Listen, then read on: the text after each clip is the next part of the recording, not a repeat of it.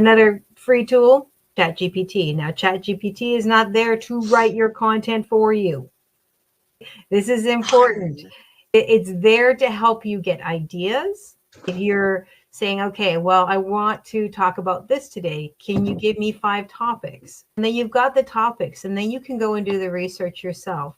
Or you can put your content in there and ask it to rewrite it in a way that's a little bit clearer or cleaner for you or whatever. You can give it tone. Even the free version, you can tell it to be more empathetic or more funny or more sarcastic. You can do all those things. You can tell it to write you something in, the different formats, like, the PAS formula or the ADA formula or whatever like that. Your pain and your action, your solution, or whatever, all those things. You can tell it how to what you want, and then you rewrite it. You fill it out, you clean it up.